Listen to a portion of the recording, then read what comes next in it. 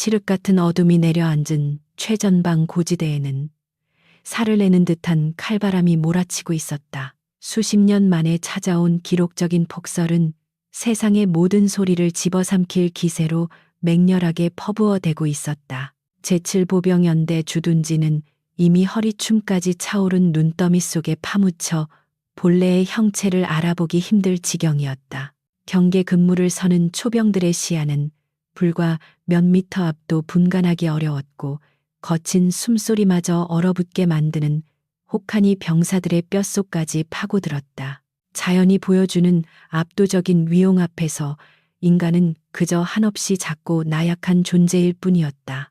연병장 곳곳에서는 제설 작전에 투입된 병사들이 거대한 자연과 사투를 벌이고 있었다. 그들의 군복은 땀과 녹은 눈으로 뒤범벅이 되어 무겁게 축 처져 있었지만 쉴 새 없이 삽질을 반복해야만 했다. 잠시라도 일손을 멈추면 금세 다시 쌓이는 눈 때문에 길을 틔우는 것조차 불가능해 보였다.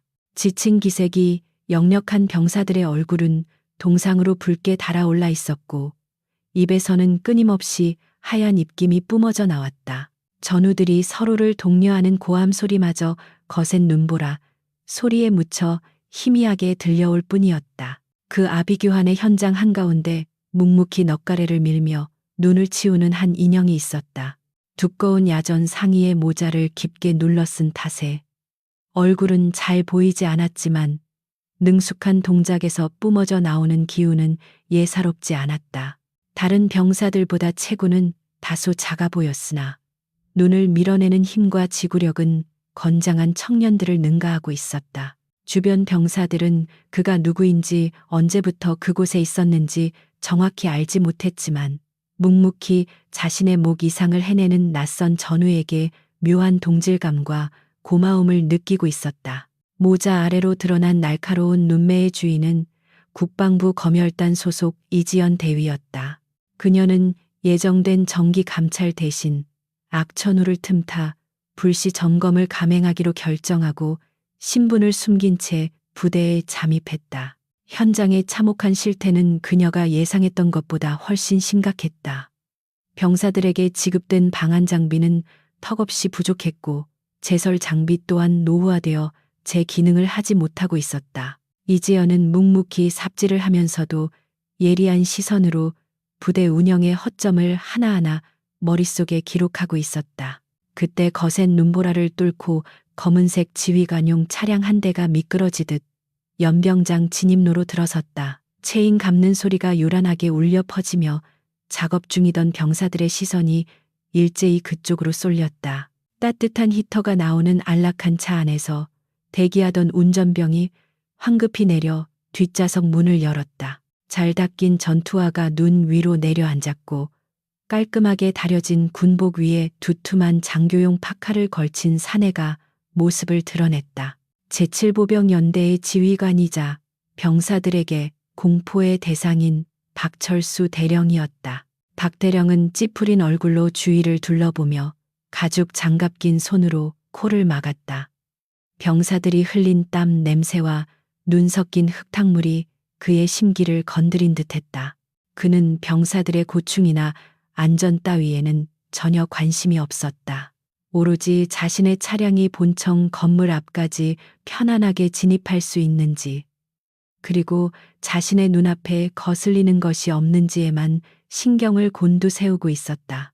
그의 등장만으로도 작업 현장의 공기는 더욱 차갑게 얼어붙었고 병사들은 쥐 죽은 듯이 고개를 숙이고 삽질 속도를 높였다. 박대령의 날카로운 시선이 연병장 구석에서 묵묵히 눈을 치우고 있는 이지현에게 꽂혔다. 두꺼운 방한복 탓에 계급장은 보이지 않았고 체구가 왜소한 탓에 그는 이지연을 갓 전입 본 신병이나 요령을 피우는 병사쯤으로 착각했다. 병사들이 대령을 보고 관등 성명을 대며 경례를 하는 와중에도 이지연은 작업에만 몰두하고 있었다. 자신의 권위를 무시당했다고 생각한 박대령의 얼굴이 순식간에 불그락-푸르락해지며 분노로 일그러지기 시작했다. 박대령은 성큼성큼 이지연에게 다가가 거친 손길로 그녀의 어깨를 잡아 늘 돌려세웠다. 예기치 못한 힘에 이지연이 중심을 잡으려 애쓰는 사이 박대령의 고성이 눈보라를 뚫고 터져나왔다. 그는 다짜고짜 이지연의 가슴팍을 손가락으로 찌르며 폭언을 퍼부었다. 지휘관이 나타났는데도 경례조차 하지 않는 군기 빠진 놈이라며 모욕적인 언사를 서슴지 않았다. 주변에 있던 병사들이 모두 얼어붙어 숨조차 쉬지 못하는 상황 속에서도 박대령의 호통은 멈출 줄을 몰랐다. 이지연은 갑작스러운 상황에도 당황하지 않고 차분하게 박대령을 응시했다. 모자 그늘 아래 감춰진 그녀의 눈동자는 흔들림이 없었지만 그 깊은 곳에서는 차가운 분노가 일렁이고 있었다. 그녀는 지금 당장 신분을 밝히고 이 오만한 지휘관을 제압할 수도 있었다. 하지만 그녀는 충동적인 행동 대신 냉철한 이성을 택했다. 지금 자신의 정체를 드러낸다면 박대령의 실체를 낱낱이 파악할 기회를 놓치게 될 것이었다.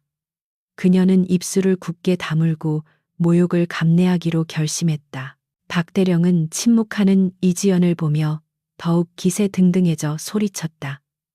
그는 오늘 밤 안으로 연병장 전체의 눈을 다 치우지 못하면 국물도 없을 줄 알라며 으름장을 놓았다.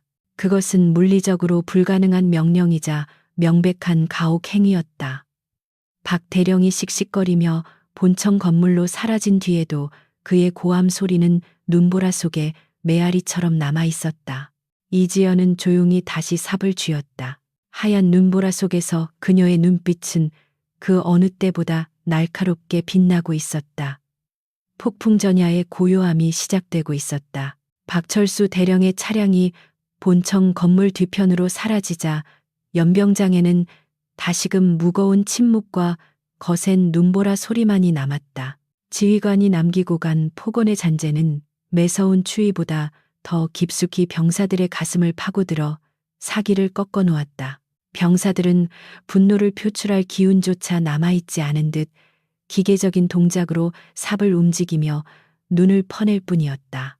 누구 하나 입을 번긋하지 않았지만 그들의 축 처진 어깨와 생기 없는 눈동자는 이미 한계 상황에 도달했음을 여실히 보여주고 있었다. 이지연은 그 처참한 광경을 지켜보며 주먹을 꽉 쥐었다. 이지연은 다시금 거칠게 몰아치는 눈보라 속에서 묵묵히 제설 작업을 이어가며 주위 병사들의 상태를 면밀히 살폈다. 그녀의 바로 옆에서 힘겹게 비를질을 하던 앳된 얼굴의 일병은 손가락 끝이 동상으로 검게 변해가는 줄도 모르고 있었다. 보급된 장갑은 구멍이 숭숭 뚫려 제 기능을 상실한 지 오래였고 얇은 전투복은 살을 내는 칼바람을 전혀 막아주지 못했다. 이것은 단순한 물자 부족의 문제가 아니라 지휘관이 부대 관리와 보급에 얼마나 무관심했는지를 보여주는 명백한 증거였다. 이지연의 가슴속에서 뜨거운 분노가 치밀어 올랐다. 그때 본청 현관문이 열리며 당직사관이 확성기를 들고 나타나 고함을 지르기 시작했다. 그의 목소리는 눈보라에 묻혀 잘 들리지 않았지만 내용은 절망적이었다. 연대장의 특별 지시로 연병장의 눈이 완전히 제거되어 아스팔트 바닥이 보일 때까지 저녁 식사를 금지한다는 것이었다. 병사들 사이에서 나지막한 탄식과 신음소리가 터져 나왔지만 당직사관은 아랑곳하지 않고 감시의 눈초리를 번뜩였다. 밥조차 먹이지 않고 혹한 속에서 강제 노동을 시키는 행위는 명백한 인권 유린이자 규정 위반이었다. 이지연은 자신의 허기진 배보다 눈앞에서 비틀거리는 어린 병사들의 안위가 더 걱정되었다. 이미 점심 식사조차 부실하게 먹었을 것이 분명한 그들이 이 추위 속에서 저녁까지 굶으며 중노동을 견뎌낸다는 것은 불가능에 가까웠다. 그러나 박대령이라는 절대 권력 앞에서 그 누구도 항명할 엄두를 내지 못하고 있었다. 이 부대에서 박대령의 말은 곧 법이었고 그의 심기를 거스르는 것은 곧 죽음을 의미한다는 패배의식이 부대 전체를 지배하고 있는 듯했다. 작업이 계속될수록 눈발은 점점 더 굵어졌고 치워놓은 눈 위로 금세 새로운 눈이 쌓여갔다. 마치 하늘이 박대령의 오만함에 맞서 시위를 벌이는 것만 같았다. 이지연은 넉가래를 밀 때마다 온몸의 근육이 비명을 질러대는 것을 느꼈지만 속도를 늦추지 않았다. 그녀가 조금이라도 더 움직여야 옆에 있는 병사들이 덜 힘들 것이라는 생각 때문이었다. 그녀의 턱 끝에서 땀방울이 맺혀 떨어지기도 전에 얼음 조각이 되어 바닥에 부딪혔다. 극한의 상황은 인간의 인내심을 시험하고 있었다. 시간이 얼마나 흘렀을까? 어둠이 짙게 깔리기 시작하면서 기온은 급격히 떨어졌다. 조명탑의 불빛이 켜졌지만 흩날리는 눈발 때문에 시야는 여전히 흐릿했다. 그때 이지연의 옆에서 힘겹게 삽질을 하던 병사 하나가 중심을 잃고 눈더미 속으로 쓰러졌다. 이지연은 반사적으로 삽을 던지고 그 병사에게 달려가 몸을 일으켜 세웠다. 병사의 몸은 불덩이처럼 뜨거웠지만 입술은 파랗게 질려 덜덜 떨리고 있었다. 고열에 시달리면서도 휴식조차 취하지 못하고 끌려나온 것이 분명했다. 이지연은 쓰러진 병사를 부축하며 주변을 둘러보았지만 간부들은 따뜻한 상황실 창문 너머로 구경만 할 뿐 아무도 밖으로 나오지 않았다. 그녀는 병사의 야상 깃을 여며주며 괜찮으냐고 물었지만 병사는 초점 없는 눈으로 죄송하다는 말만 반복했다. 아픈 것조차 죄가 되는 이 비정상적인 부대 분위기에 이지연은 말문이 막혔다. 그녀는 주머니 속에 감춰둔 비상용 초콜릿 바를 몰래 꺼내 병사의 손에 쥐어주었다. 그것이 지금 그녀가 해줄 수 있는 유일한 위로였다. 쓰러졌던 병사는 김일병이라고 불렸고 입대한 지 얼마 되지 않은 신병이었다. 그는 이지연이 건넨 초콜릿을 보며 눈물을 글썽였지만 감히 먹을 생각은 하지 못한 채 주머니 깊숙이 숨겼다. 김일병은 떨리는 목소리로 이지연에게 고맙다는 인사를 전하며 혹시 간부들에게 들키면 큰일 나니 자신에게 신경 쓰지 말고 어서 작업하라고 재촉했다. 자신보다 남을 더 걱정하는 그 착한 심성이 이지연의 마음을 더욱 아프게 했다. 그녀는 김일병의 어깨를 단단히 잡아주며 무언의 격려를 보냈다. 본청 2층 연대장실의 창가에는 박대령이 커피잔을 든 채 아래를 내려다보고 있었다. 따뜻한 조명 아래서 안락함을 즐기는 그의 모습은 밖에서 추위에 떨고 있는 병사들과 극명한 대조를 이루었다. 그는 병사들이 고통받는 모습을 마치 흥미로운 구경거리를 보듯 감상하고 있었다. 자신의 권력으로 타인의 고통을 통제할 수 있다는 사실에 도취한 듯. 그의 입가에는 비릿한 미소가 걸려 있었다. 유리창 하나를 사이에 두고 천국과 지옥이 공존하는 모순적인 상황이었다. 박대령은 자신의 명령 한마디에 수백 명의 병사들이 일사불란하게 움직이는 것을 보며 만족감을 느꼈다. 그는 옆에 서 있는 작전 장교에게 작업 속도가 너무 느리다며 불평을 쏟아냈다. 작전 장교는 곤혹스러운 표정으로 날씨가 너무 험해서 어쩔 수 없다고 조심스럽게 변명했지만 박대령은 듣기 싫다는 듯 손사래를 쳤다. 그는 정신력이 해이해져서 추위를 타는 것이라며 더 강하게 몰아붙여야 한다고 주장했다. 그의 머릿속에는 오로지 자신의 편의와 성과에 대한 집착만이 가득 차 있었다. 다시 연병장으로 시선을 돌린 이지연은 박대령이 서 있는 2층 창문을 노려보았다. 비록 거리가 멀어 표정까지는 볼 수 없었지만 그가 어떤 생각을 하고 있을지는 짐작하고도 남았다. 그녀는 마음속으로 박대령의 이름을 깊이 새기며 다짐했다. 이 모든 부조리와 폭력을 반드시 갚아주겠노라고. 그녀의 눈빛은 차가운 눈보라보다 더 매섭게 빛나고 있었다. 그녀는 단순히 눈을 치우는 것이 아니라 이 부대에 쌓인 썩은 적폐를 치워버릴 준비를 하고 있었다. 작업은 밤늦도록 계속되었다. 배고픔과 추위 그리고 피로가 겹쳐 병사들의 움직임은 눈에 띄게 둔해졌다. 하지만 누구 하나 불평을 입 밖으로 꺼내지 못했다. 그들은 마치 영혼을 잃어버린 인형처럼 무의미한 삽질을 반복할 뿐이었다. 간혹 누군가 힘에 부쳐 멈칫거리면 어디선가 감시병들이 나타나 욕설을 퍼붓고 위협했다. 그들은 동료가 아니라 감시자와 죄수의 관계처럼 변질되어 있었다. 군대라는 조직의 신성한 의무감은 사라지고 오직 생존 본능만이 남은 비참한 밤이었다. 이지연은 자신의 몸 또한 한계에 다다르고 있음을 느꼈다.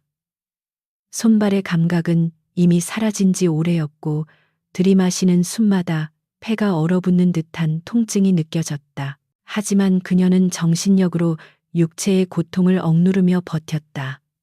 지금 여기서 무너지면 아무것도 바꿀 수 없다는 절박함이 그녀를 지탱하고 있었다. 그녀는 옆에서 휘청거리는 김일병을 틈틈이 부축하며 함께 이 긴 밤을 버텨내고 있었다. 어둠 속에서 피어나는 전우애만이 유일한 희망의 불씨였다. 자정이 넘어서야 눈발이 조금씩 가늘어지기 시작했다. 하지만 이미 쌓인 눈은 성인 남성의 가슴 높이까지 차오른 상태였다. 당직 사관은 그제야 작업 중단 명령을 내렸다. 하지만 그것은 병사들을 쉬게 하기 위함이 아니라 너무 어두워져서 작업 효율이 떨어지고 안전사고가 우려된다는 형식적인 이유 때문이었다. 식사에 대한 언급은 여전히 없었다. 병사들은 좀비처럼 흐느적거리며 내무반으로 향했다.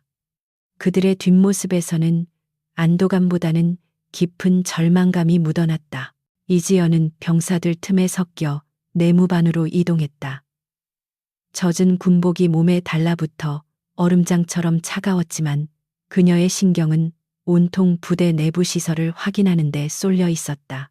복도의 전등은 태반이 나가 있어 어두침침했고 벽면 곳곳에는 곰팡이가 슬어 퀴퀴한 냄새를 풍겼다. 난방 시설이 제대로 가동되지 않는지 실내 공기 또한 밖과 다를 바 없이 서늘했다. 이것은 사람이 생활하는 공간이라기보다는 폐허에 가까웠다.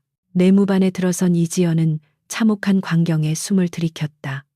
좁은 침상에 정원보다 훨씬 많은 인원이 겹겹이 누워야 했고 모포는 낡고 얇아서 보온이 전혀 되지 않았다.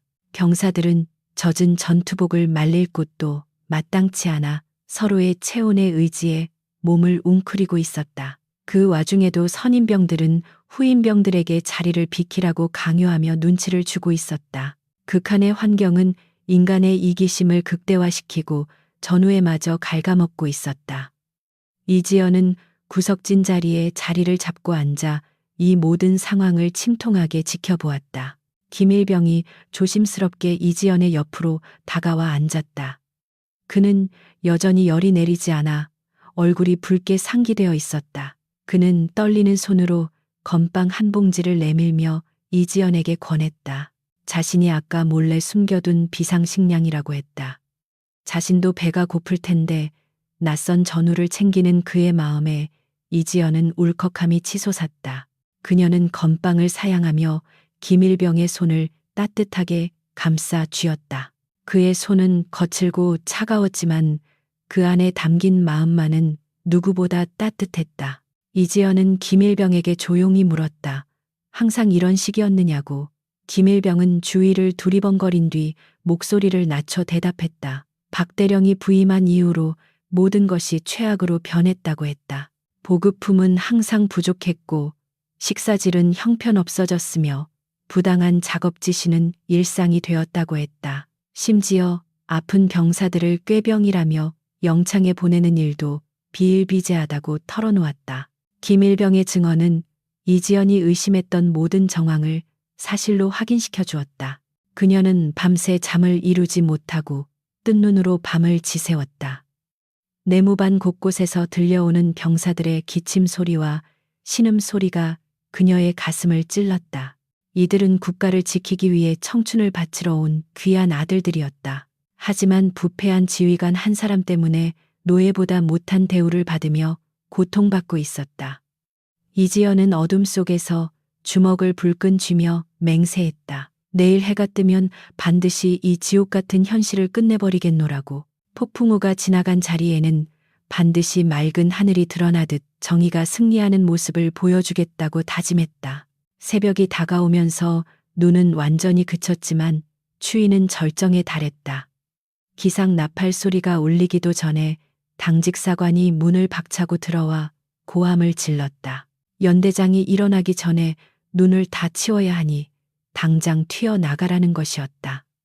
지친 몸을 억지로 일으키는 병사들의 얼굴에는 살기마저 감돌았다. 이지현도 조용히 일어나 군화끈을 단단히 묶었다. 이제 곧 결전의 시간이 다가오고 있었다.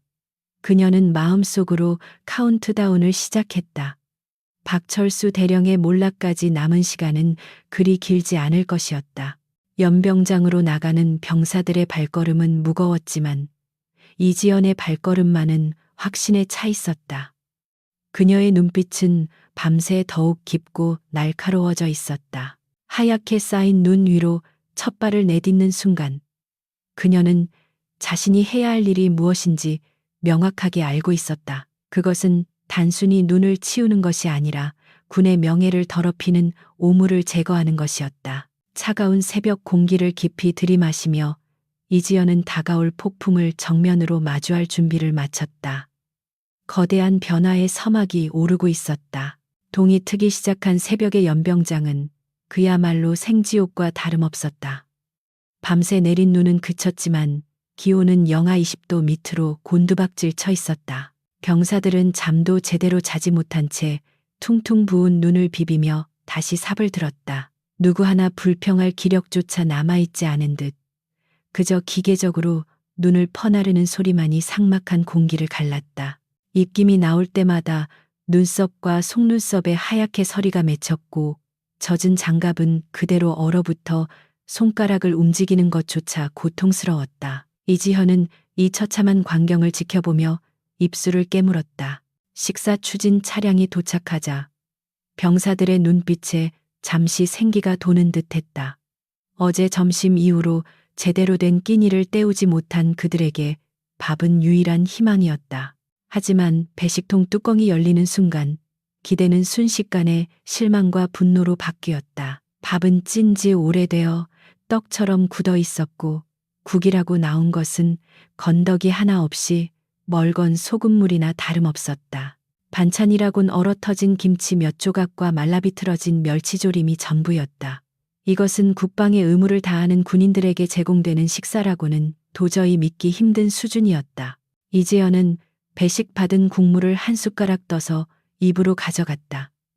비릿한 멸치 냄새와 짠맛만이 느껴질 뿐 영양가라고는 찾아볼 수 없었다. 그녀는 국방부 예산 내역을 머릿속으로 떠올려 보았다. 장병 1인당 급식비는 매년 인상되어 왔고 이 정도 수준의 식단이 나올 리가 없었다.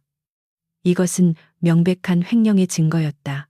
누군가가 병사들의 입으로 들어가야 할 식비를 중간에서 가로채지 않고서는 이런 쓰레기 같은 밥이 나올 수가 없었다. 그녀의 시선이 본청 건물 2층 연대장실을 향해 차갑게 꽂혔다. 식사를 마친 병사들은 잠시 쉴 틈도 없이 다시 작업에 투입되었다. 추위를 견디다 못한 한 병사가 낡은 방 하나 밑창이 뜯어졌다며 울상을 지었다. 보급품 창고에는 새 전투화가 쌓여 있어야 정상이지만 보급과는 재고가 없다며 묵살하기 일쑤였다.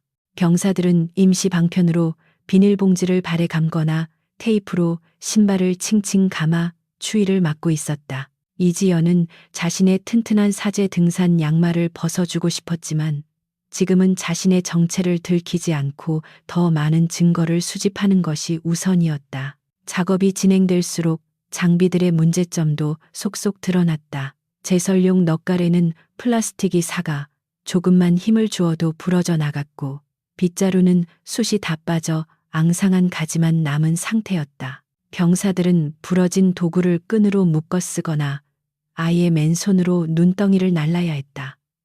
이지연이 슬쩍 옆에 있던 상병에게 물었다. 보급 계통에 문제가 있는 겁니까? 장비 상태가 너무 심각합니다. 상병은 주위를 살피더니 씁쓸한 표정으로 대답했다. 새 장비가 들어오긴 하는데 며칠 지나면 감쪽같이 사라집니다. 소문에는 연대장이 밖으로 빼돌린다는 말도 있어요. 이지연의 뇌리에 박철수 대령에 대한 정보가 스쳐 지나갔다. 그는 군내 사조직을 통해 진급 로비를 벌인다는 소문이 무성했던 인물이었다. 병사들의 복지를 위해 쓰여야 할 예산과 물자가 그의 진급 자금과 사리 사욕을 채우는데 전용되고 있음이 확실해 보였다. 이지연은 상병의 증언을 놓치지 않고 기억해 두었다. 구체적인 물증만 확보한다면 박대령뿐만 아니라 그와 연루된 보급 라인 전체를 일망타진할 수 있을 것이었다. 그녀의 눈빛이 사냥감을 노리는 맹수처럼 매섭게 빛났다. 오전 내내 이어진 강행군으로 병사들의 체력은 바닥을 드러내고 있었다. 특히 어젯밤부터 고열에 시달리던 김일병의 상태는 눈에 띄게 악화되었다. 그의 얼굴은 핏기 하나 없이 창백했고 호흡은 거칠고 불규칙했다. 삽을 쥔 손이 심하게 떨리고 있었지만 그는 간부들의 눈을 피해 억지로 몸을 움직이고 있었다. 쓰러지면 영창을 갈지도 모른다는 공포가 육체의 고통을 짓누르고 있는 듯했다. 이지연은 김일병의 곁을 지키며 그가 비틀거릴 때마다 슬쩍 어깨를 받쳐주었다. 그때 작업 감독을 나온 행보관이 김일병의 느린 동작을 발견하고 다가왔다. 그는 걱정은커녕 다짜고짜 욕설을 퍼부으며 김일병의 정강이를 군화발로 걷어찼다. 야, 이 새끼야. 꾀병 부리지 말고 똑바로 안 해. 연대장님 보시기 전에 눈 안 치우면 네가 책임질 거야. 김일병은 비명도 지르지 못하고 눈밭에 뒹굴었다. 이지연은 순간적으로 주먹을 불끈 쥐며 앞으로 나서려 했다. 눈앞에서 벌어지는 명백한 가혹행위를 더 이상 지켜보고만 있을 수는 없었다. 하지만 김일병이 황급히 일어나며 이지연의 옷자락을 잡았다. 그는 고통으로 일그러진 얼굴로 고개를 저으며 간절한 눈빛을 보냈다. 자신이 나서면 이 낯선 전우까지 피해를 입을까 걱정하는 것이었다. 괜찮습니다. 제가 잘못한 겁니다. 김일병의 힘없는 목소리가 이지연의 가슴을 후벼 팠. 피해자가 도리어 사과를 해야 하는 이 뒤틀린 현실이 그녀를 더욱 분노하게 만들었다. 이지연은 끓어오르는 화를 억누르며 김일병을 일으켜 세웠다. 지금은 참아야 했지만 이 대가는 반드시 혹독하게 치르게 할 것이었다. 점심시간이 다가오자 본청 앞에는 또 다른 이질적인 풍경이 펼쳐졌다. 인근 식당에서 배달된 듯한 고급 도시락과 따뜻한 커피가 연대장실로 운반되고 있었다. 냄새를 맡은 병사들의 시선이 본능적으로 그곳을 향했지만 이내 체념한 듯 고개를 돌렸다. 지휘관은 호의호식하고 병사들은 추위와 배고픔에 시달리는 이 극명한 대비는 부대의 사기를 바닥까지 떨어뜨리고 있었다. 리더십의 부재가 아니라 리더십의 타락 그 자체였다. 이지연은 이 모든 장면을 빠짐없이 눈에 담았다. 오후 작업이 시작되자 상황은 더욱 절망적으로 변했다. 무리한 작업 지시로 인해 부상자가 속출하기 시작했다. 얼어붙은 바닥에서 미끄러져 발목을 접질리거나 무거운 눈덩이에 깔려 타박상을 입는 병사들이 늘어났다. 하지만 의무대는 문이 닫혀 있었고 의무병들조차 제설 작업에 동원된 상태였다. 아픈 병사들은 서로를 부축하며 끙끙 앓는 소리를 낼 뿐 적절한 치료는 꿈도 꿀 수 없었다. 이지연은 가지고 있던 비상용 진통제를 몰래 나누어 주었지만 그것은 임시방편일 뿐 근본적인 해결책이 될 수 없었다. 이지연은 작업을 하는 척하며 부대 뒤편의 유류 저장고 쪽으로 이동했다. 눈 위에 난 바퀴 자국들이 수상쩍게 이어져 있었다. 군용 트럭이 아닌 민간 트럭의 타이어 자국이 선명했다. 그녀는 주변을 살피며 조심스럽게 다가가 저장고 잠금 장치를 확인했다. 봉인은 뜯겨 있었고 최근에 누군가 드나든 흔적이 역력했다. 난방류가 부족해서 병사들이 냉방에서 자야 했던 이유가 명확해지는 순간이었다. 박 대령은 병사들의 생명과 직결된 난방류까지 팔아먹고 있었던 것이다. 확실한 물증을 확보한 이지연은 다시 작업 현장으로 복귀했다. 그녀의 머릿속에서는 이미 박 대령을 처단하기 위한 시나리오가 완성되고 있었다. 이제 남은 것은 결정적인 타이밍뿐이었다. 그때 멀리서 웅성거리는 소리와 함께 누군가가 다급하게 소리치는 소리가 들려왔다. 김일병 정신 차려. 이지연은 심장이 덜컥 내려앉는 것을 느끼며 소리난 곳을 향해 전력으로 질주했다. 우려했던 최악의 상황이 발생한 것이 분명했다. 김일병은 눈밭에 쓰러져 의식을 잃고 경련을 일으키고 있었다. 그의 몸은 불덩이처럼 뜨거웠지만 식은땀이 비오듯 흐르고 있었다. 주변 병사들이 어쩔 줄 몰라 발만 동동 구르는 사이 이지연이 인파를 헤치고 들어갔다. 그녀는 신속하게 김일병의 기도를 확보하고 맥박을 체크했다. 맥박은 희미하고 불규칙했다. 저체온증과 과로로 인한 쇼크 상태였다. 즉시 조치를 취하지 않으면 생명이 위험할 수도 있는 위급한 상황이었다. 이지연은 즉시 김일병을 업으려 했지만 행보관이 앞을 가로막았다. 뭐 하는 거야? 작업 안 끝났어. 꾀병이라니까 내버려둬. 행보관의 말은 인간으로서 할 수 있는 말이 아니었다. 이지연은 더 이상 참을 수 없었다. 그녀는 살기 등등한 눈빛으로 행보관을 노려보며 낮게 으르렁거렸다. 비켜. 죽고 싶지 않으면. 그녀의 목소리에 담긴 서늘한 기운에 압도된 행보관이 주춤거리며 뒷걸음질 쳤다. 이지연은 김일병을 둘러엎고 의무대가 아닌 본청 건물을 향해 뛰기 시작했다. 이제 전면전이 시작될 시간이었다. 갑작스러운 굉음이 연병장의 차가운 공기를 찢어발기며 울려 퍼졌다. 마치 폭탄이 터진 듯한 소리에 이지연은 반사적으로 고개를 돌렸다. 본청 건물 옆에 위치한 낡은 보급 창고의 지붕이 밤새 쌓인 눈의 무게를 이기지 못하고 무너져 내린 것이었다. 앙상한 철골 구조물은 엿가락처럼 휘어졌고 콘크리트 잔해들이 먼지구름을 일으키며 바닥으로 쏟아져 내렸다. 창고 주변에서 제설 작업을 하던 병사들의 비명소리가 먼지, 구름 속에서 터져 나왔다. 순식간에 아수라장이 된 현장은 전쟁터를 방불케 했다. 이지연은 등에 업고 있던 김일병을 안전한 곳에 조심스럽게 내려놓았다. 그녀는 지나가던 의무병을 붙잡아 김일병을 맡기며 소리쳤다. 이 친구부터 챙겨 쇼크 상태야. 체온 유지시키고 절대 혼자 두지 마. 의무병이 얼떨결에 고개를 끄덕이자마자 이지연은 붕괴 사고 현장으로 질주했다. 그녀의 심장은 거칠게 요동쳤지만 머릿속은 그 어느 때보다 차갑게 상황을 분석하고 있었다. 지금 가장 중요한 것은 매몰된 병사들을 신속하게 구조하는 것이었다. 1분 1초가 생사를 가르는 골든타임이었다. 사고 현장은 처참했다.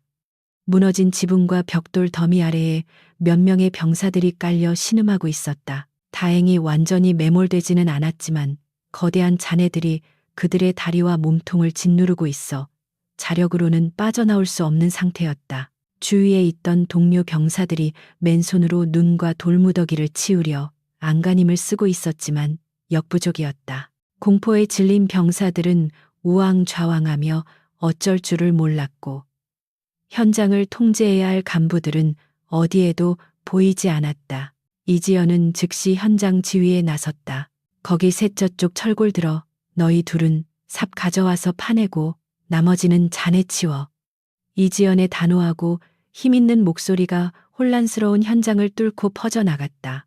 낯선 병사의 지시였지만 그 목소리에는 거부할 수 없는 카리스마와 확신이 담겨 있었다. 당황하던 병사들은 본능적으로 그녀의 명령에 따르기 시작했다. 이지연은 직접 무너진 잔해 틈으로 들어가 가장 위급해 보이는 병사의 상태를 살폈다. 다리가 철골 사이에 끼어 피를 흘리고 있는 상병이었다. 그녀는 자신의 어깨로 무거운 철골을 받치며 공간을 만들었다. 구조 작업은 필사적으로 진행되었다. 이지연은 초인적인 힘을 발휘하여 무거운 자재들을 들어 올리고 옮겼다. 그녀의 손은 날카로운 파편에 긁혀 피투성이가 되었지만 고통을 느낄 겨를조차 없었다. 병사들도 이지연의 투혼에 감화되어 젖먹던 힘까지 짜내어 동료들을 구출해냈다. 하나둘씩 매몰되었던 병사들이 밖으로 끌려 나왔. 개방성 골절상을 입은 병사 머리가 찢어져 피를 흘리는 병사 등 부상 정도는 심각했지만 다행히 목숨에는 지장이 없어 보였다. 병사들은 서로를 부둥켜 안고 안도의 눈물을 흘렸다. 상황이 어느 정도 정리될 무렵 본청 건물에서 박철수 대령이 수행원들을 대동하고 나타났다. 그는 잘 다려진 정복 차림에 광이 나는 가죽 장화를 신고 있었는데 흙먼지와 피로 뒤범벅된 병사들과는 너무나도 이질적인 모습이었다. 박 대령은 부상당한 병사들을 걱정하는 기색은 전혀 없이 무너진 창고를 보며 인상을 찌푸렸다. 그의 시선은 창고 옆에 주차되어 있던 자신의 개인 차량으로 향했다. 무너진 잔의 일부가 튀어 차량의 범퍼와 보닛에 흠집을 낸 것을 발견한 순간 그의 얼굴이 흉측하게 일그러졌다. 이런 멍청한 새끼들 눈을 제때 안 치우니까 건물이 무너지는 거 아니야. 박 대령의 고함 소리가 정적을 깼다. 그는 부상당해 신음하는 병사들 앞에서 고작 자동차 흠집 따위를 걱정하며 욕설을 퍼붓고 있었다. 병사들은 귀를 의심했다. 자신들은 목숨을 걸고 작업을 하다가 다쳤는데 지휘관이라는 사람은 걱정은커녕 질책만 하고 있었다. 박 대령은 씩씩거리며 곁에 있던 중대장의 정강이를 걷어찼다. 내 놈이 관리 감독을 똑바로 안 하니까 내 차가 이 꼴이 됐잖아. 이거 수리비 네가 물어낼 거야. 그 광경을 지켜보던 병사들의 눈빛에 절망과 증오가 서리기 시작했다. 그들은 단순히 육체적으로 고통받는 것을 넘어 인간으로서의 존엄성을 짓밟히고 있었다. 이지연은 피 묻은 손을 꽉 쥐며 박 대령을 노려보았다. 그녀의 인내심은 이제 한계점을 넘어서고 있었다. 박 대령은 거기서 멈추지 않고 잔해 속에서 갓 구조된 다리 다친 상병에게 다가갔다. 상병은 고통으로 인해 제대로 일어서지도 못하고 바닥에 주저앉아 있었다. 박 대령은 그런 상병을 내려다보며 혀를 찼다. 비싼 밥 먹여놨더니 한다는 짓이 창고나 부수고 자빠졌어. 엄살 부리지 말고 당장 일어나. 박 대령은 쓰러진 상병의 어깨를 발로 툭툭 건드리며 모욕을 주었다. 상병은 고통과 수치심에 고개를 떨구고 눈물만 흘렸다. 그것은 명백한 폭력이자 학대였다.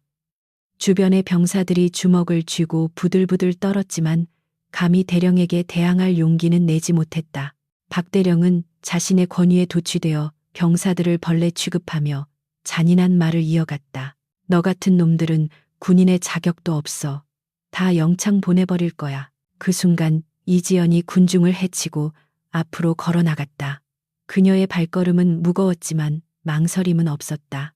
박 대령이 다시 한번 상병을 향해 손을 들어 올리려는 찰나 이지연의 손이 번개처럼 뻗어나가 박 대령의 손목을 낚아챘다. 그만하시죠. 그녀의 목소리는 낮았지만 좌중을 압도하는 서늘한 기운이 서려 있었다. 박 대령은 갑작스러운 제지에 놀라 눈을 동그랗게 뜨고 이지연을 쳐다보았다. 감히 일개 사병 나부랭이가 연대장의 몸에 손을 댔다는 사실을 믿을 수 없다는 표정이었다. 이거 안나 미쳤어. 내 놈이 지금 누구 몸에 손을 대는 거야. 박 대령은 손을 뿌리치려 했지만 이지연의 악력은 강철처럼 단단했다. 그녀는 박 대령의 눈을 똑바로 응시하며 한치의 물러섬도 없이 맞섰다. 병사들은 노예가 아닙니다. 당신의 소유물도 아닙니다. 다친 부하를 걱정하지는 못할 망정 폭력을 행사하는 것이 지휘관이 할 짓입니까? 이지연의 일갈의 주변은 찬물을 끼얹은 듯 조용해졌다. 모든 병사와 간부들이 숨을 죽이고 이 믿기지 않는 하극상의 현장을 지켜보았다. 박 대령의 얼굴이 분노로 시뻘겋게 달아올랐다. 그는 자신의 권위에 대한 정면 도전으로 받아들이고 이성을 잃었다. 이 건방진 새끼가 너 오늘 제삿날인 줄 알아라. 박 대령은 반대쪽 손으로 허리춤에 있던 지휘봉을 뽑아 이지연의 머리를 향해 내리쳤다. 하지만 이지연은 가볍게 고개를 틀어 공격을 피하고 동시에 박 대령의 팔을 비틀어 제압했다. 짧고 간결한 동작이었지만 고도로 훈련된 전문가의 움직임이었다. 박 대령은 비명을 지르며 무릎을 꿇었고 지휘봉은 바닥에 나뒹굴었다. 순식간에 벌어진 일에 헌병들이 호각을 불며 달려왔다. 전원 동작 그만 무기 버리고 투항해 헌병 대장이 소리치며 권총을 뽑아들었다. 10여 명의 무장 헌병들이 이지연을 포위하고 총구를 겨누었다. 상황은 일촉즉발의 위기로 치닫고 있었다. 병사들은 공포에 질려 뒷걸음질 쳤지만 이지연은 여전히 박대령의 팔을 놓지 않은 채 당당하게 서 있었다. 그녀의 눈빛은 총구 앞에서도 전혀 흔들리지 않았다. 오히려 그녀는 이 상황을 예상이라도 한 듯 침착했다. 박대령은 고통과 분노에 찬 목소리로 악을 썼다. 뭐 하고 있어? 당장 저 미친놈을 쏴버려. 반란이다. 이건 반란이야. 그는 자신의 추태가 만천하에 드러났음에도 불구하고 오로지 자신의 자존심을 회복하는 데에만 혈안이 되어 있었다. 헌병들은 방아쇠의 손가락을 건 채 긴장된 표정으로 이지연을 주시했다. 누구 하나 먼저 발포 명령을 내리지 못하고 팽팽한 대치 상태가 이어졌다. 이지연은 천천히 박대령을 놓아주고 두 손을 들어 올리는 척했다. 하지만 그것은 항복의 의미가 아니었다. 그녀는 천천히 자신의 더러워진 야전상의 지퍼를 내리기 시작했다. 모두가 그녀의 기이한 행동에 의아해하는 사이 그녀의 입가에는 묘한 미소가 번졌다. 이제 연극을 끝낼 시간이었다. 더 이상의 희생을 막기 위해서는 자신의 진짜 힘을 보여주어야 했다. 그녀는 박대령에게 마지막 경고를 날리듯 나직하게 속삭였다. 후회하게 될 겁니다. 대령님, 당신이 오늘 건드린 사람이 누구인지 알게 된다면 말입니다. 박대령은 씩씩거리며 자리에서 일어나 먼지를 털었다. 그는 이지연이 단순히 미쳐서 헛소리를 한다고 생각했다. 후회 웃기지 마라. 넌 군사재판도 필요 없어. 내가 직접 끝장내주마. 그는 헌병들에게 눈짓을 보내며 이지연을 체포하라고 손짓했다. 헌병들이 수갑을 꺼내 들고 이지연에게 접근했다. 차가운 금속성 소리가 긴장감을 고조시켰다. 이지연은 헌병들의 접근을 허용하며 조용히 심호흡을 했다. 폭풍의 중심에서 그녀는 마지막 반전을 준비하고 있었다. 그때 어디선가 헬리콥터의 프로펠러 소리가 들려오기 시작했다. 처음에는 희미하던 소리가 점점 커지더니 곧 부대 상공을 뒤흔들 정도로 가까워졌다. 병사들과 헌병들은 일제히 하늘을 올려다보았다. 눈 덮인 산맥 너머로 검은색 헬기 한 대가 모습을 드러냈다. 기체 옆면에는 국방부 직할 감찰단을 상징하는 문양이 선명하게 새겨져 있었다. 예상치 못한 외부 세력의 등장에 박대령의 표정이 굳어졌다. 단순한 우연이라고 하기에는 타이밍이 너무나 절묘했다. 이지연은 하늘을 보며 안도의 한숨을 내쉬었다. 그녀가 미리 요청해둔 지원 병력이 도착한 것이었다. 이제 판은 완전히 뒤집어졌다. 그녀는 자신을 포위한 헌병들을 향해 여유로운 표정으로 말했다. 잠깐 기다리는 게 좋을걸. 저기 내 손님들이 오셨거든. 헌병들은 당황하여 박대령을 쳐다보았다. 박대령은 불안한 기색을 감추지 못하고 헬기를 노려보았다. 과연 저 헬기에서 내릴 인물들이 누구인지, 그리고 이 건방진 병사와 무슨 관계인지 짐작조차 할 수 없었기 때문이었다. 헬기가 연병장 한가운데 착륙하면서 거대한 바람이 일었다. 눈보라가 다시 휘날리며 시야를 가렸지만 이지연은 꼿꼿이 서 있었다. 헬기 문이 열리고 정복을 입은 고위 장교들이 내리기 시작했다. 그들의 어깨에는 무궁화 세계 대령 계급장이 빛나고 있었다. 하지만 그들은 이지연을 보자마자 거수경례를 할 준비를 하고 있었다. 박대령은 자신의 눈을 의심했다. 도대체 무슨 일이 벌어지고 있는 것인가? 그의 오만했던 제국이 서서히 금이 가기 시작했다. 헬리콥터의 로터가 일으키는 거센 바람이 연병장의 눈먼지를 사방으로 흩뿌렸다. 굉음과 함께 착륙한 검은색 헬기에서 정복을 입은 사내들이 신속하게 뛰어내렸다. 그들의 움직임은 절도 있었고 표정에는 비장함이 감돌았다. 박철수 대령은 갑작스러운 상급 부대 감찰단의 방문에 당황한 기색이 역력했다. 그는 자신의 흐트러진 옷매무새를 급히 다듬으며 도대체 누가 이런 보고를 올렸는지 머릿속으로 빠르게 계산을 돌리고 있었다.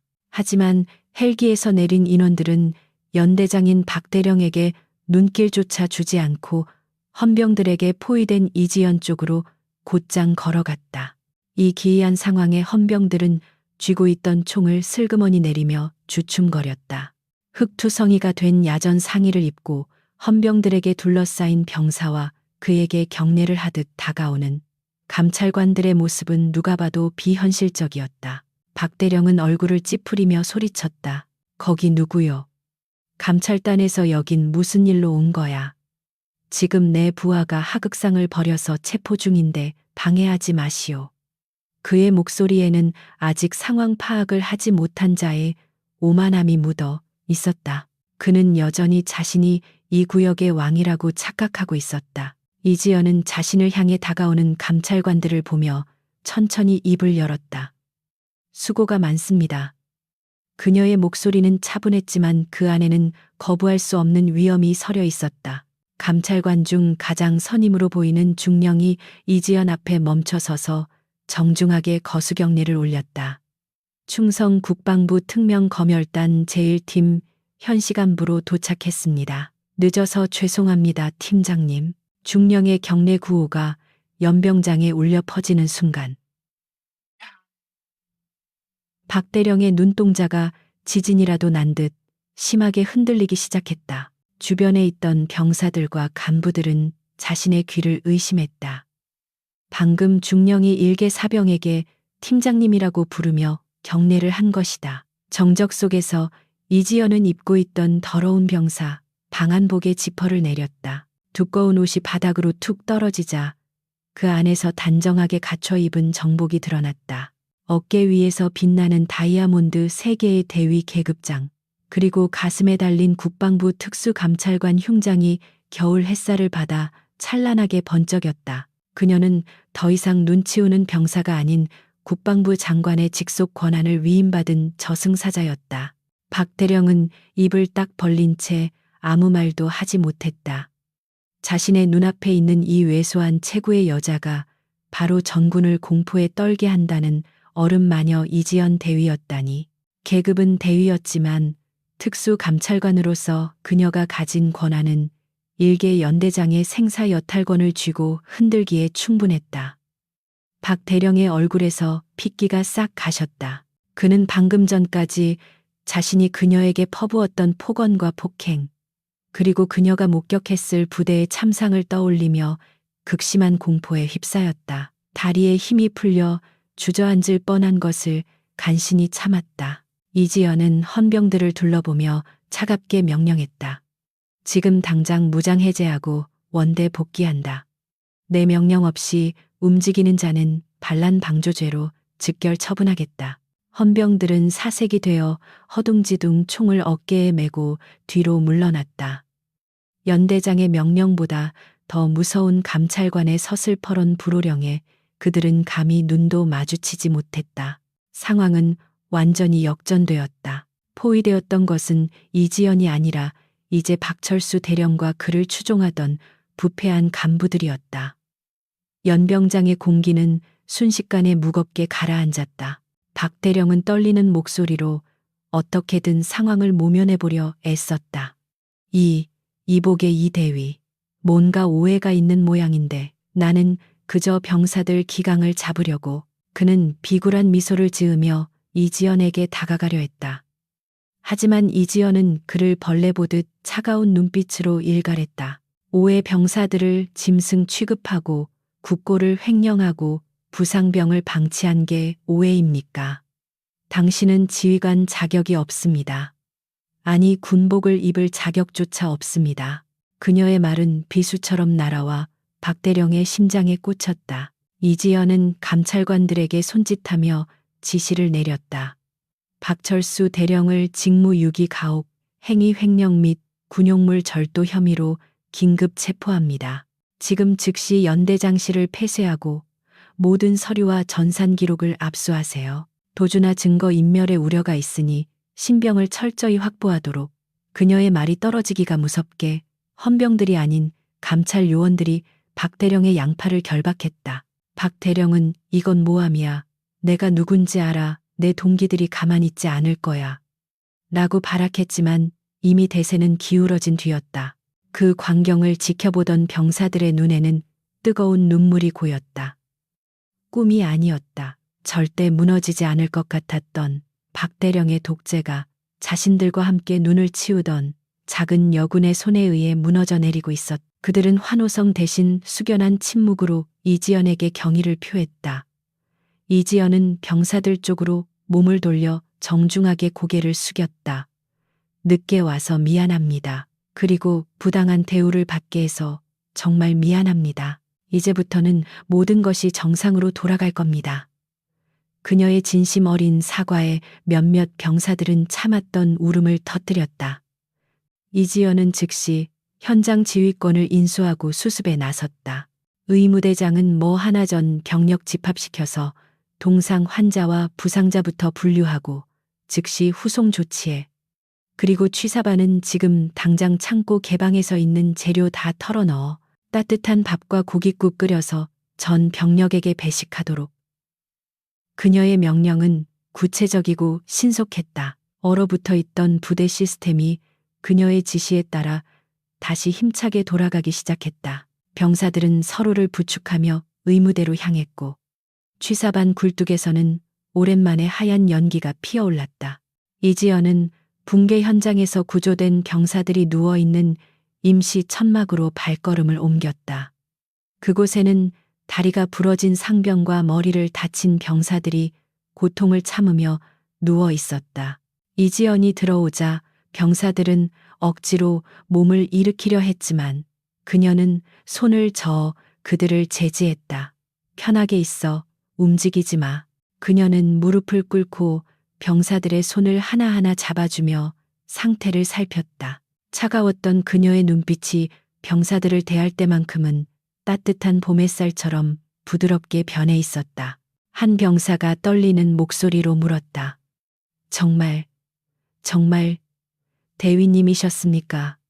저희는 그것도 모르고 일을 시켜서. 이지연은 피식 웃으며 병사의 헝클어진 머리를 쓰다듬어 주었다. 계급이 무슨 상관이야. 전우가 힘들면 돕는 게 당연하지. 너희들은 잘못한 거 없어. 훌륭하게 잘 버텨줬다. 그녀의 따뜻한 위로에 병사들은 마음의 짐을 내려놓고 안도했다. 이지연은 의무관에게 최고의 진료를 하라고 당부한 뒤 무거운 발걸음으로 천막을 나섰다. 아직 처리해야 할 쓰레기들이 많이 남아 있었다. 본청 건물로 들어선 이지연은 따뜻한 훈기에 잠시 멈칫했다. 밖은 지옥 같은 추위였는데 지휘관과 참모들이 머무는 이곳은 찜질방처럼 더웠다. 복도 곳곳에 놓인 화분들은 싱싱하게 자라고 있었고 바닥에는 고급 카펫이 깔려 있었다. 병사들이 기름 아까워서 냉방에서 잘 때 이들은 넘쳐나는 기름으로 호사를 누리고 있었던 것이다. 이지연의 표정이 다시 싸늘하게 굳어졌다. 로비에 모여있던 참모 장교들은 이지연이 나타나자 사시나무 떨듯 떨며 고개를 숙였다. 작전과장, 군수과장, 인사과장 등 주요 참모들은 모두 박대령의 비리에 직간접적으로 연루된 공범들이었다. 그들은 박대령이 체포되는 것을 보고 자신들의 운명도 끝났음을 직감했다. 이지현은 그들을 훑어보며 차갑게 쏘아붙였다. 당신들도 공범입니다. 지휘관이 잘못된 길을 가면 목숨 걸고 막아야 할 참모들이 오히려 그 비리에 기생해서 콩고물이나 주워 먹다니 부끄러운 줄 아세요. 그녀는 감찰 요원들에게 참모들의 휴대전화를 압수하고 각자 격리시켜 진술서를 받으라고 지시했다. 연대장실 문이 열렸다. 박대령이 쓰던 호화로운 집무실은 주인을 잃고 덩그러니 남아 있었다. 책상 위에는 마시다만 고급 양주병과 골프 잡지가 놓여 있었고 벽면에는 각종 표창장과 기념패가 가득했다. 모두 병사들의 고열을 짜내어 얻은 가짜 영광들이었다. 이지연은 책상 서랍을 열어 비밀 장부를 찾기 시작했다. 박대령이 횡령한 자금의 흐름과 상납 고리를 밝혀내기 위해서는 확실한 물증이 필요했다. 그녀는 능숙한 솜씨로 금고를 찾아내고 전문가를 불러 잠금 장치를 해제하도록 했다. 잠시 후 굳게 닫혀있던 금고문이 열렸다. 그 안에는 현금 뭉치와 함께 이중장부가 빼곡하게 들어 있었다. 예상했던 대로였다. 급식비, 피복비, 시설 보수비 등 건드리지 않은 항목이 없었다. 심지어 병사들의 위문품까지 빼돌려 현금화한 내역이 적나라하게 기록되어 있었다. 이지연은 장부를 넘겨보며 치밀어 오르는 분노를 사겼다. 이것은 단순한 비리가 아니라 국가 안보를 좀먹고 병사들의 생존권을 위협하는 이적 행위나 다름없었다. 그녀는 장부를 증거물 보관 봉투에 넣고 봉인했다. 창밖을 내다보니 어느새 해가 뉘엿뉘엿 지고 있었다. 하지만 어제와는 분위기가 완전히 달랐다. 연병장에는 제설 차량이 들어와 남은 눈을 치우고 있었고 병사들은 따뜻한 내무반에서 휴식을 취하고 있었다. 식당에서는 구수한 고기 냄새가 풍겨나와 부대 전체를 감싸고 있었다. 비록 하루 만에 모든 상처가 치유될 수는 없겠지만 적어도 오늘 밤은 아무도 추위와 배고픔에 떨지 않을 것이었다. 이지연은 창문에 비친 자신의 모습을 바라보며 옷깃을 여몄다. 그때 문이 열리고 김일병이 의무병의 부축을 받으며 들어왔다. 아직 링거를 꽂고 있었지만 안색은 훨씬 좋아 보였다. 김일병은 이지연을 보자마자 거수경례를 하려 했다. 이지연은 급히 다가가 그를 말렸다. 누워 있으라니까 왜 왔어? 김일병은 울먹이며 말했다.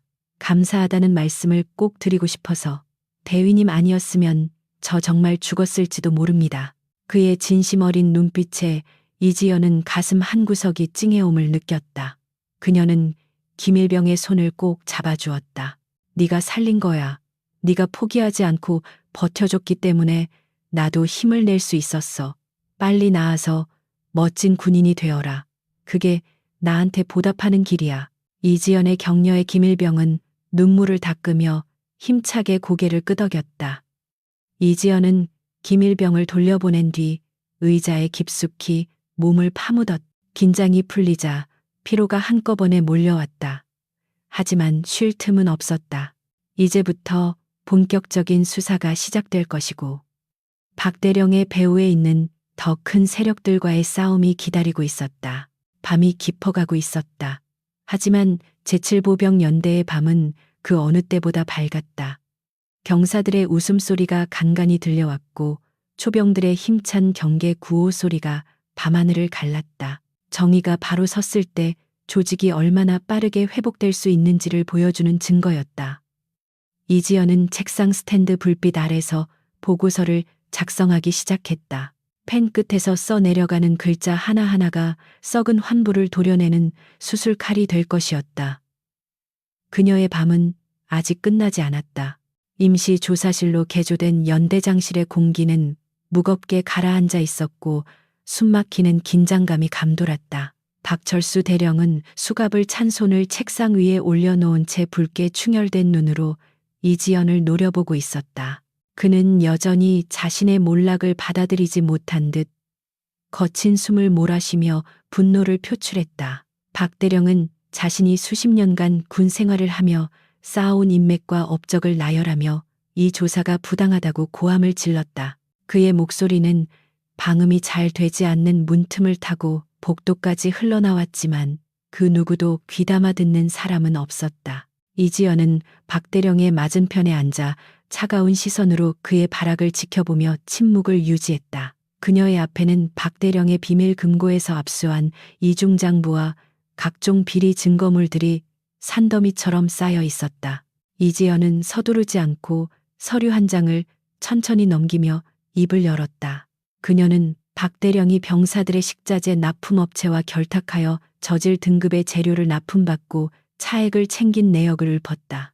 구체적인 날짜와 금액까지 정확하게 명시된 자료 앞에서 박 대령의 눈동자가 흔들리기 시작했다.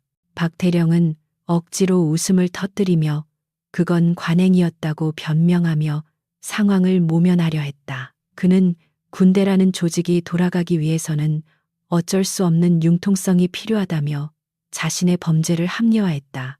심지어 그는 이지현에게 이번 일만 눈 감아주면 자신의 뒷배인 사단장에게 잘 말해서 진급을 도와주겠다는 허무맹랑한 제안까지 건넸다. 반성이라곤 조금도 찾아볼 수 없는 그의 뻔뻔한 태도는 인간으로서의 기본적 양심마저 저버린 괴물의 모습과 다를 바가 없었다. 이지연은 어이없다는 듯 헛웃음을 지으며 자리에서 일어나 창가로 다가갔다. 그녀는 블라인드를 걷어 올리며 연병장을 가리켰다. 창밖에는 감찰 요원들이 압수한 트럭에서 빼돌려진 군용 난방유 드럼통들을 내리고 있었다. 그 양은 실로 엄청나서 연대 전체가 겨울을 따뜻하게 보내고도 남을 정도였다. 이지현은 박 대령을 돌아보며 서늘하게 말했다. 저 기름이 당신 주머니로 들어가는 동안 병사들은 동상에 걸려 발가락을 잘라낼 위기에 처했다고 일갈했다. 그 시각 대회의실에서는 전 부대원을 대상으로 한 참고인 조사가 대대적으로 진행되고 있었다. 처음에는 보복이 두려워 입을 다물고 있던 병사들도 이지연의 단호한 조치와 박대령의 체포 소식을 듣고 용기를 내기 시작했다. 병사들은 그동안 겪었던 부당한 대우와 가혹 행위들을 낱낱이 진술서에 적어 내려갔다.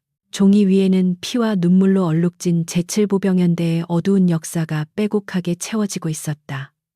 그들의 증언은 박대령을 파멸로 이끌 가장 강력한 무기가 되고 있었다. 특히 김일병의 진술은 조사관들의 눈시울을 붉히게 만들 정도로 구체적이고 충격적이었다. 그는 박대령이 자신의 승용차 세차를 위해 한겨울에 병사들을 동원해 온수를 쓰게 하고 정작 병사들은 찬물로 씻게 했다는 사실을 폭로했다. 또한 아픈 병사들에게 지급되어야 할 약품들이 간부들의 가정 상비약으로 빼돌려진 정황도 상세히 증언했다. 김일병의 용기 있는 고백은 다른 병사들에게도 큰 울림을 주어 침묵하고 있던 피해자들의 억눌린 목소리가 본물 터지듯 쏟아져 나오게 만들었다. 다시 조사실로 돌아와 이지연은 박대령 앞에 녹음기를 내려놓으며 재생 버튼을 눌렀다. 녹음기에서는 박대령이 건설업체 사장에게 뇌물을 요구하며 협박하는 통화 내용이 생생하게 흘러나왔다.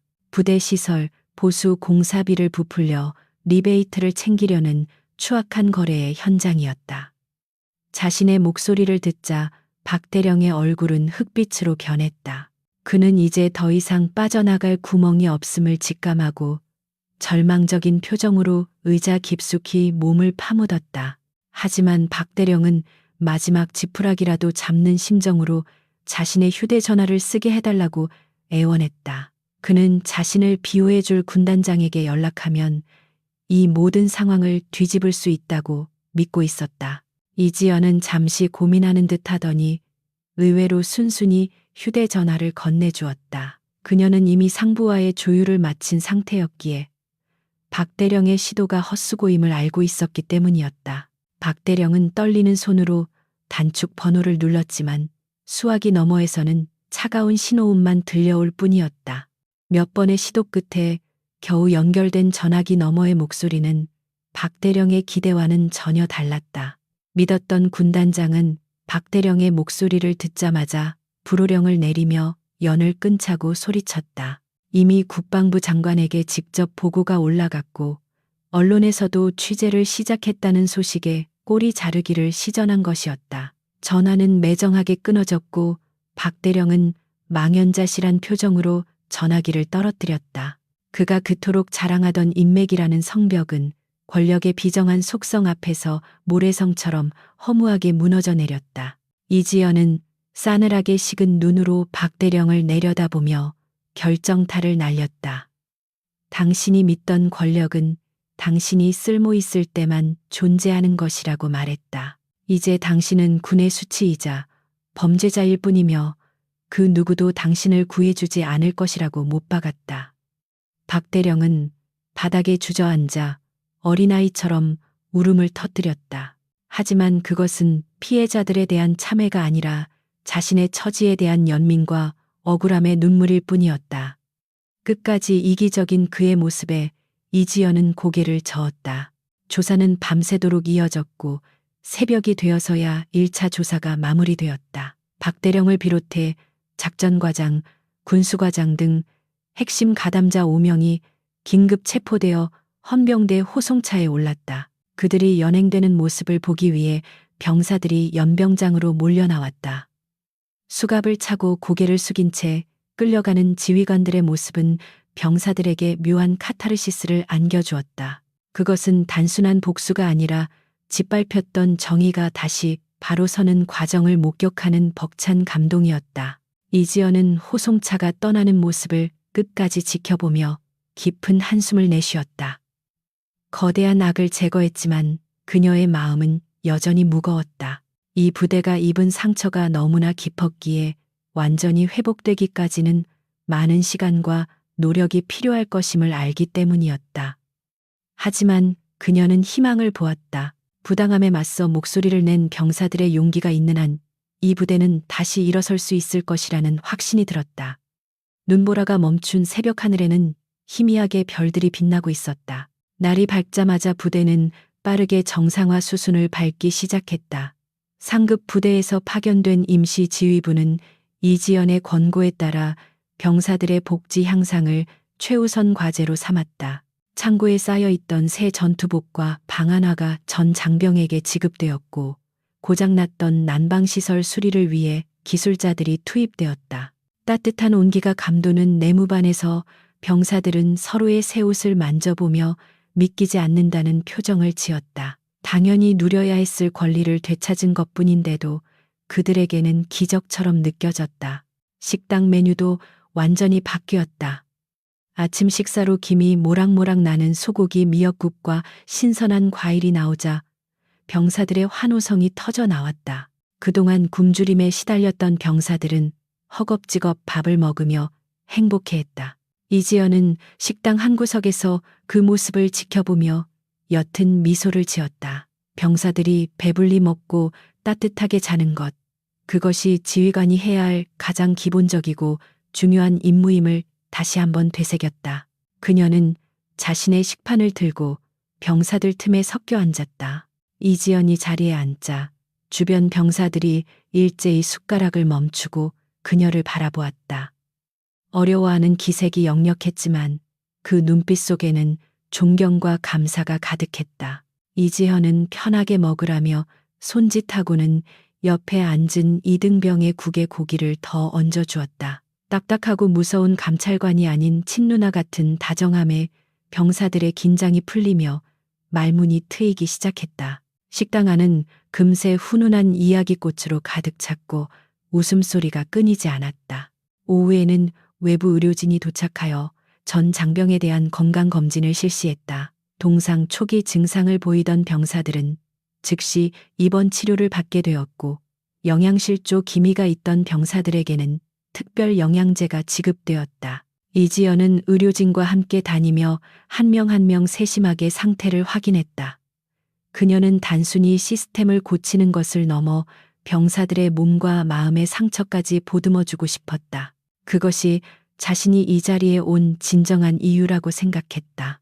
한편 감찰팀은 박대령의 집무실을 정리하던 중 책장 뒤편에 숨겨져 있던 비밀 금고를 하나 더 발견했다. 전문가가 문을 열자 그 안에는 놀랍게도 박대령이 승진을 위해 로비를 했던 고위 장성들의 명단과 뇌물수수 장부가 들어있었다. 이것은 단순히 칠연대의 문제를 넘어 군 전체를 뒤흔들 수 있는 메가톤급 핵폭탄이었다. 이지연의 눈이 날카롭게 빛났다. 박대령은 꼬리에 불과했고 진짜 몸통은 따로 있었다는 사실이 명확해지는 순간이었다. 이지연은 즉시 이 사실을 국방부 장관에게 직보했다. 장관은 사안의 심각성을 인지하고 이지연에게 정권을 위임하며 성역 없는 수사를 지시했다. 그녀는 서울로 올라가 대규모 수사팀을 꾸려야 했다. 이제 싸움의 판은 걷잡을 수 없이 커졌지만 그녀는 두려워하지 않았다. 오히려 더 큰 악을 뿌리 뽑을 수 있다는 사실에 투지가 불타올랐다. 그녀는 증거물들을 챙겨 가방에 넣으며 결연한 표정으로 자리에서 일어났다. 떠날 시간이 다가오고 있었다.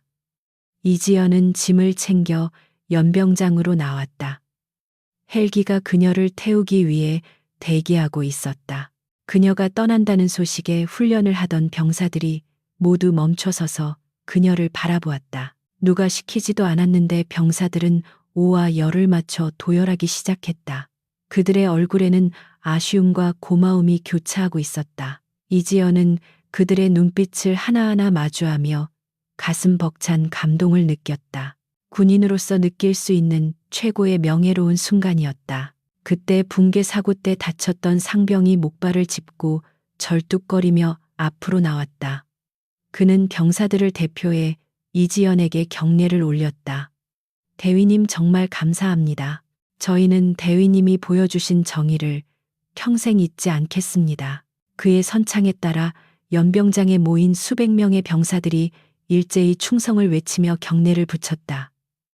우렁찬 함성이 하늘을 찌를 듯 울려 퍼졌다. 이지연은 눈시울이 뜨거워지는 것을 느끼며 답례를 했다.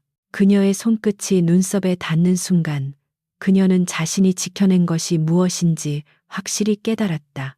헬기에 오른 이지연은 창밖으로 멀어지는 부대를 내려다보았다. 눈 덮인 연병장은 이제 깨끗하게 치워져 있었고 병사들의 활기찬 움직임이 작은 점처럼 보였다. 그녀는 가슴속 깊은 곳에서 뜨거운 사명감이 솟구치는 것을 느꼈다. 아직 대한민국에는 박대령 같은 썩은 군인들이 숨어 있을지 모른다. 하지만 그녀와 같은 사람들이 있는 한, 그리고 깨어있는 병사들이 있는 한, 군대는 결코 무너지지 않을 것이다. 헬기는 굉음을 내며 서울을 향해 힘차게 날아올랐다. 서울로 돌아가는 헬기 안에서 이지연은 다음 목표를 구상했다. 박대령의 비밀 장부에 적힌 이름들을 하나씩 떠올리며 수사 계획을 세웠다. 이번 일은 단순한 일회성 이벤트로 끝나서는 안 되었다. 군 내부의 부패 카르텔을 완전히 도려내기 위해 그녀는 더욱 날카로운 칼날이 되어야 했다. 창밖으로 보이는 붉은 노을이 그녀의 결의를 대변하듯 불타오르고 있었다. 정의를 향한 그녀의 전쟁은 이제 막 서막을 올렸을 뿐이었다. 서울 용산구에 위치한 국방부 보통군사법원의 대법정에는 무거운 침묵이 흐르고 있었다. 수많은 취재진과 군 관계자들이 지켜보는 가운데 피고인석에 앉은 박철수 대령은 더 이상 예전의 위풍당당했던 지휘관의 모습이 아니었다. 수의를 입고 포승줄에 묶인 그의 모습은 초라하기 그지없었고 며칠 사이에 급격히 늙어버린 듯 머리는 하얗게 새어 있었다. 재판장이 입장하고 개정 선언을 하자 방청석에서는 긴장된 숨소리조차 들리지 않을 정도로 적막감이 감돌았다. 대한민국 군의 명예를 실추시킨 최악의 비리 군인에 대한 단죄가 시작되는 순간이었다. 군 검찰관은 박대령의 혐의를 하나하나 열거하며 날카롭게 신문했다. 횡령 배임 직권, 남용 가혹 행위 등 공소장에 적힌 죄목만 해도 수십 가지에 달했다. 특히 이지연 대위가 확보한 이중장부와 녹취록이 결정적인 증거로 제시되자 박대령의 변호인단조차 할 말을 잃고 고개를 떨구었다. 스크린에 띄워진 증거 자료들은 그가 병사들의 피와 땀을 어떻게 사유화했는지를 적나라하게 보여주었다. 방청석 곳곳에서는 분노 섞인 탄식과 욕설이 터져 나왔지만 박대령은 고개를 들지 못한 채 바닥만 응시할 뿐이었다.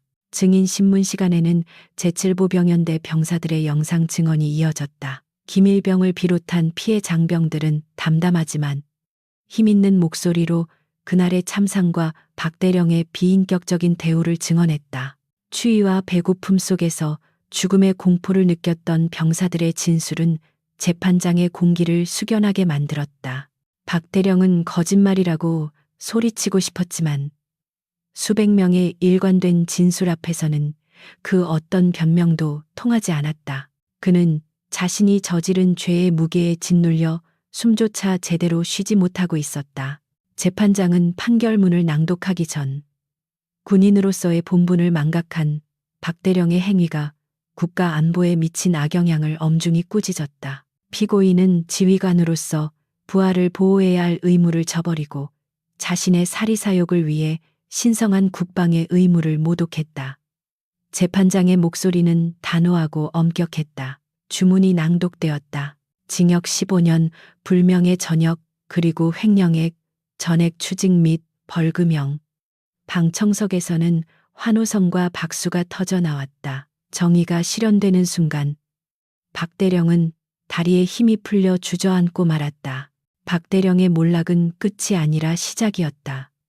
이지연 대위가 찾아낸 비밀 장부를 토대로 군 검찰과 감사원은 대대적인 숙정 작업에 착수했다.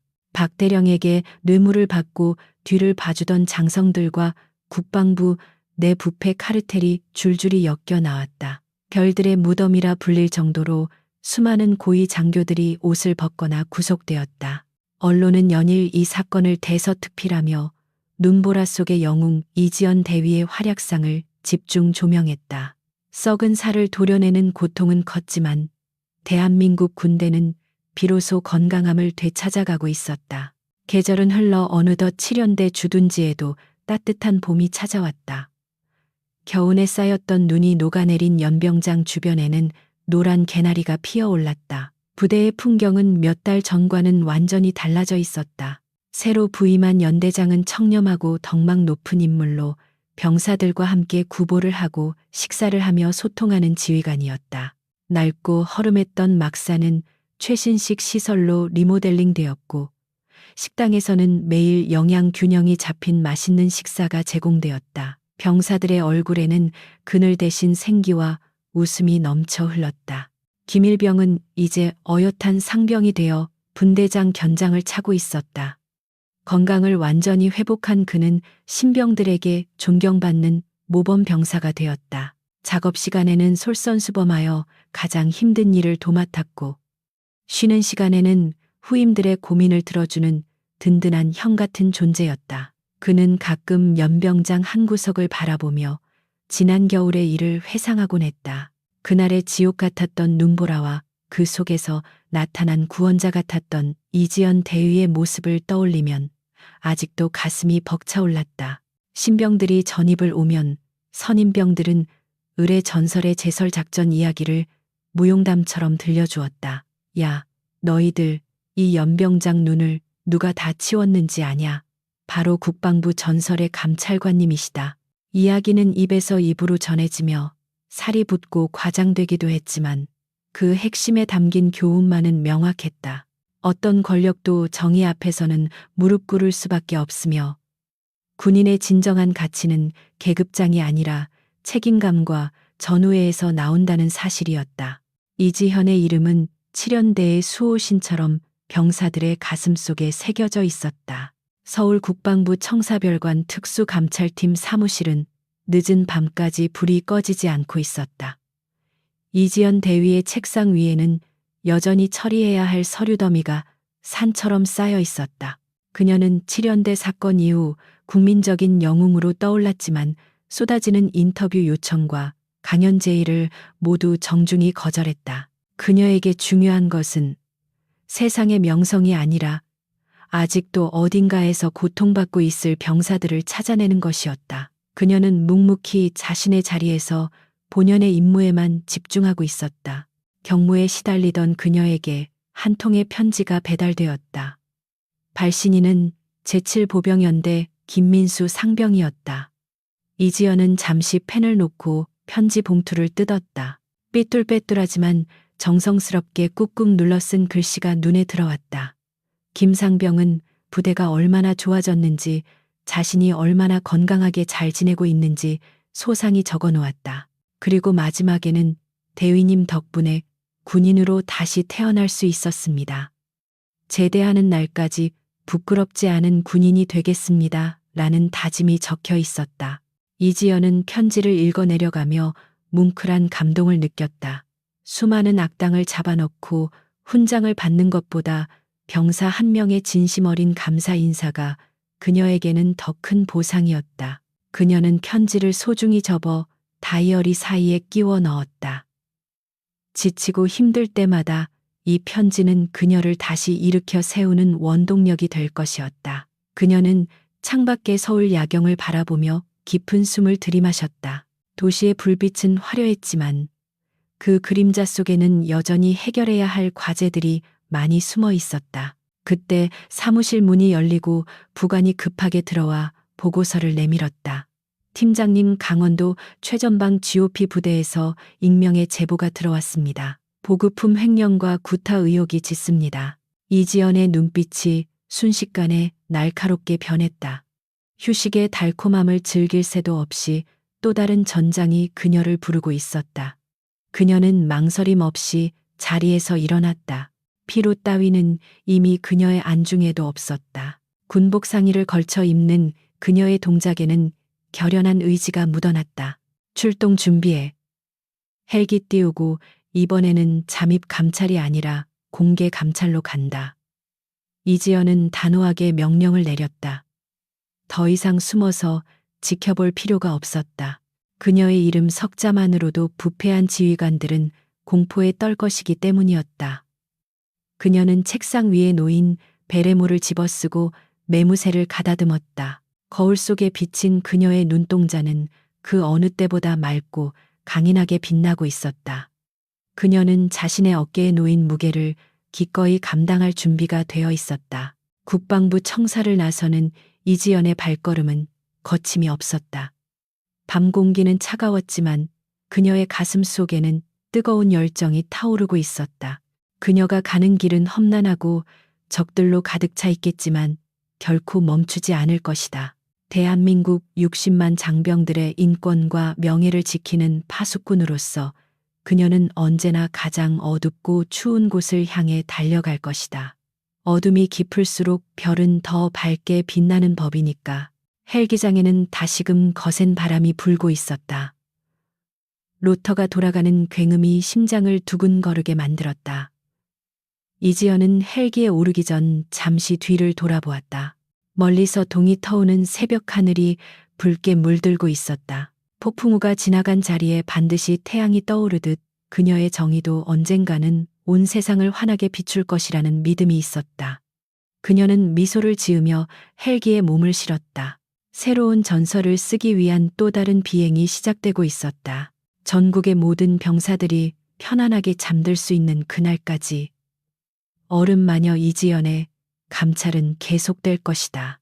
부패한 자들에게는 공포를 성실한 군인들에게는 희망을 주는 그녀의 이야기는 이제 막 첫 장을 넘겼을 뿐이다. 하늘로 솟아오르는 헬기의 불빛이 새벽 하늘의 샛별처럼 반짝이며 멀어져 갔다.